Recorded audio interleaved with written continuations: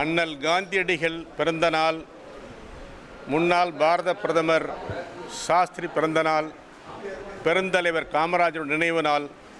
இந்த மாபெரும் தலைவருடைய பிறந்த நாள் நினைவு நாளில் தமிழ்நாடு காங்கிரஸ் சார்பில் நாங்கள் மலரஞ்சலி செலுத்தி அவருடைய ஆசியை பெறுகிறோம்.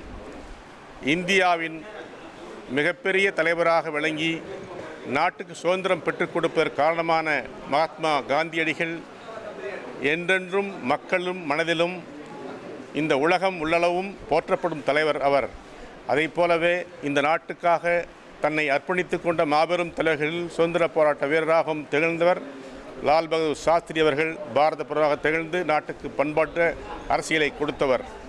பெருந்தலைவர் காமராஜர் அவர்கள் தமிழ்நாட்டிற்கு கிடைத்த பொக்கிஷம், இந்தியாவுக்கு கிடைத்த மாபெரும் தலைவர், சுதந்திர போராட்ட வீரர், எங்களுடைய மானசீக தலைவர் அண்ணல் காந்தியடிகள், சாஸ்திரி அவர்கள், அருமை தலைவர் காமராஜ் அவர்கள். இவர்களை போற்றி வணங்குவோம், அவர் வழியில் நடப்போம். நன்றி. கரூரில் நடந்த சம்பவத்துக்கு சிபிஐ விசாரணை கோரி தாவேகா நீதிமன்றத்தை நாடிருக்காங்க. ஒவ்வொரு கட்சியும் தங்கள் கட்சிக்காக, கட்சி நலனுக்காக பல கருத்துக்களை சொல்வது உண்டு. கரூர் சம்பவம் தமிழ்நாட்டில் நடந்த பேரவலங்களில் ஒன்று.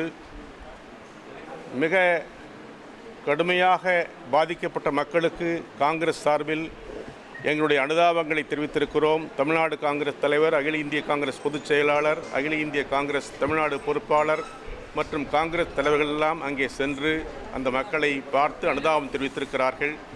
காங்கிரஸ் கட்சி சார்பில் அவர்களுக்கு நிதி உதவியும் வழங்கப்பட்டிருக்கிறது. எங்களை பொறுத்தவரையில் இந்த சம்பவத்தில் அரசியல் ஆதாயம் தேட விரும்பவில்லை. மாறாக காங்கிரஸ் கட்சி வழக்கமாக தன்னுடைய கடமையாக மக்களுக்கு அந்த பாதிக்கப்பட்ட உதவுகிறது. அந்த அடிப்பில் நாங்கள் பார்க்கிறோம். இதில் அரசியல் ஆதாயம் என்பதை தாண்டி மனிதாபிமானம் முன்னிலைப்படுத்தப்பட வேண்டும் என்பது எல்லா அரசியல் கட்சிகளும் தங்கள் கூட்டங்களை நடத்தி பார்த்திருக்கிறோம். எல்லா நிகழ்வுகளிலும் இருந்து பாடங்களை கற்றுக்கொண்டு அடுத்த கட்டத்துக்கு நகர வேண்டும். மக்கள் பாதுகாப்பு, மக்கள் உரிமை, மக்களுக்கு நலம் என்ற அடிப்படையில் தான் அரசியல் கட்சிகள் இயங்க வேண்டும் என்பது எங்களுடைய கொள்கை. அந்த பாதையில் நாங்கள் அதை பார்க்கிறோம். 8 பேர் கொண்ட எம்பிக்கள் குழுவை பாஜக தேசிய தலைமை நேரடியாக சம்பவ இடத்துல எல்லாம் போய் விசாரிச்சிருக்காங்க. இதை எப்படி பார்க்குறோம்? ஒவ்வொரு கட்சியும் தங்கள் கட்சி சார்பில் சில நிகழ்வுகளை, சில முயற்சிகளை மேற்கொள்வது வழக்கம். அந்த அடிப்படையில் தான் அதை பார்க்க வேண்டும். எங்கள் கட்சியின் சார்பில் எங்களுடைய அகில இந்திய காங்கிரஸ் பொதுச் செயலாளர் நண்பர் வேணுகோபால் அவர்கள் அங்கே வந்திருக்கிறார். அவரோடு தமிழ்நாடு பொறுப்பாளர் கிரீஷ் வந்திருக்கிறார். தமிழ்நாடு காங்கிரஸில் அங்கே இருந்திருக்கிறார் ஜோதிமணி. நம்முடைய காங்கிரஸ் எம்பிக்கள் அங்கே அதை பங்கெடுத்திருக்கிறார்கள். ஒன்று.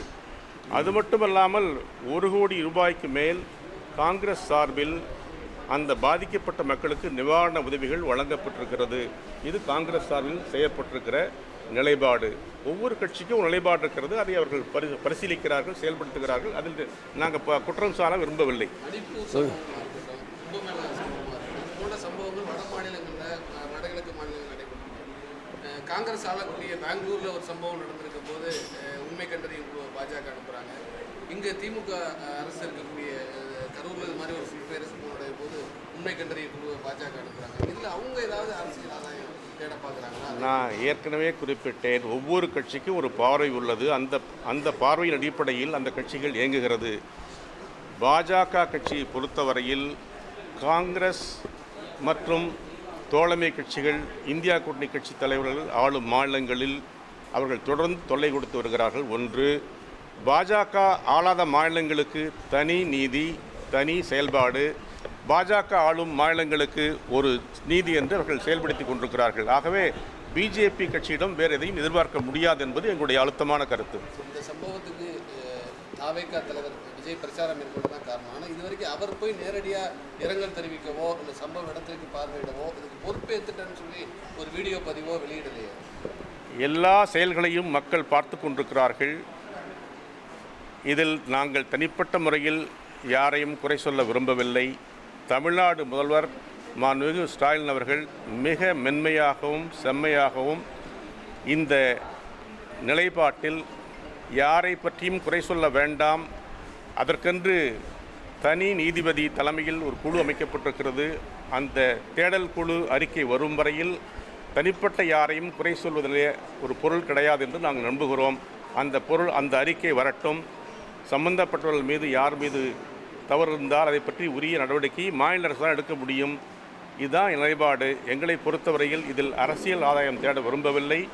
இதை மனிதாயமான கண்ணோட்டத்தோடு பார்க்க வேண்டும். இனிமேல் இதுபோல் நிகழ்வுகள் நடக்கக்கூடாது என்று அதற்கு அரசுகள் முயற்சிக்க வேண்டும் என்றும் நாங்கள் விரும்புகிறோம். முதலமைச்சர் இப்படிப்பட்ட ஒரு கோரிக்கையை வைக்கிறாரு. ஆனால் விஜய் பழி வாங்கணும்னு என்ன இருந்தால் என்ன நேரடியாக அரசு பண்ணுங்கன்னு சொல்லி அவர் வீடியோவில் பேசுகிறாரு.